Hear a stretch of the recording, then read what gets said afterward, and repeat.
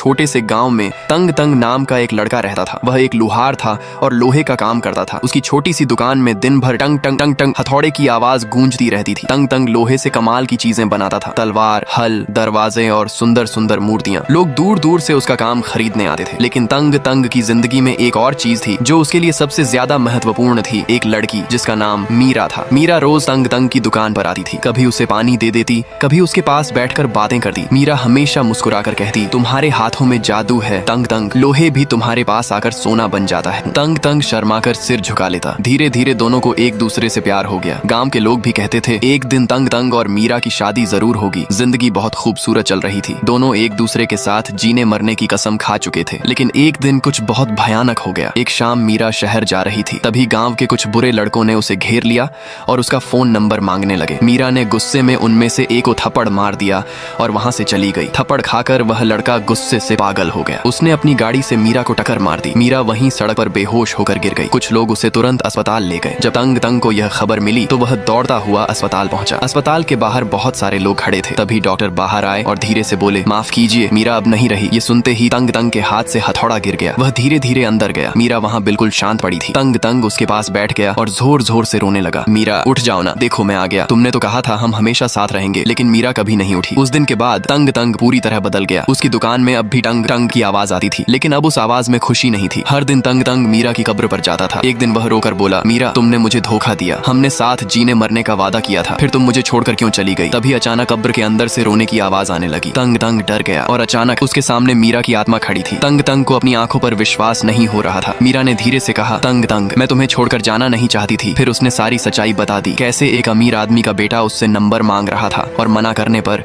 उसने गाड़ी से टक्कर मारकर उसकी जान ले ली। ये सुनते ही तंग तंग का गुस्सा फूट पड़ा। उसने फिर से अपना हथौड़ा उठाया और सीधे उस अमीर आदमी के बेटे के घर पहुंच गया। वह लड़का घर में आराम से बैठा था। तंग तंग गुस्से से बोला, तुमने मेरा सच्चा प्यार मुझसे छीन लिया, अब मैं तुम्हारी जिंदगी तुमसे छीन लूंगा। और तंग तंग ने हथौड़े से उस पर वार कर दिया। लड़का जमीन पर गिर गया और थोड़ी ही देर में उसकी मौत हो गई। उसके बाद तंग तंग फिर कब्रिस्तान गया। वह मीरा की कब्र के सामने रोकर बोला, मीरा मैंने तुम्हारा बदला ले लिया। इतना कहते ही कब्र चमकने लगी। अंदर से मीरा की आत्मा मुस्कुराते हुए बाहर आई। उसने तंग तंग से आखिरी बार कहा, मुझे हमेशा याद रखना तंग तंग। और फिर वह हवा में गायब हो गई। तंग तंग धीरे से मुस्कुराकर बोला, मैं तुम्हें कभी नहीं भूलूंगा मीरा। उस दिन के बाद से तंग तंग की दुकान से फिर हथौड़े की आवाज आने लगी। लेकिन इस बार वह सोना पिघलाकर कुछ बना रहा था। गांव के लोग देखकर कहते, लगता है तंग तंग पागल हो गया है। लेकिन तंग तंग बस मुस्कुराकर कहता, मैं मीरा के प्यार में पागल हो चुका हूँ। धीरे धीरे तंग तंग ने सोने की मीरा की मूर्ति बना दी। मूर्ति इतनी खूबसूरत थी कि लगता था जैसे अभी जिंदा होकर बोलेगी, तंग तंग मैं तुमसे प्यार करती हूँ। तंग तंग की आंखों में आंसू आ गए। वह धीरे से बोला, मीरा तुम आज इस दुनिया में नहीं हो, लेकिन तुम्हारी यह मूर्ति मुझे हमेशा तुम्हारी याद दिलाएगी।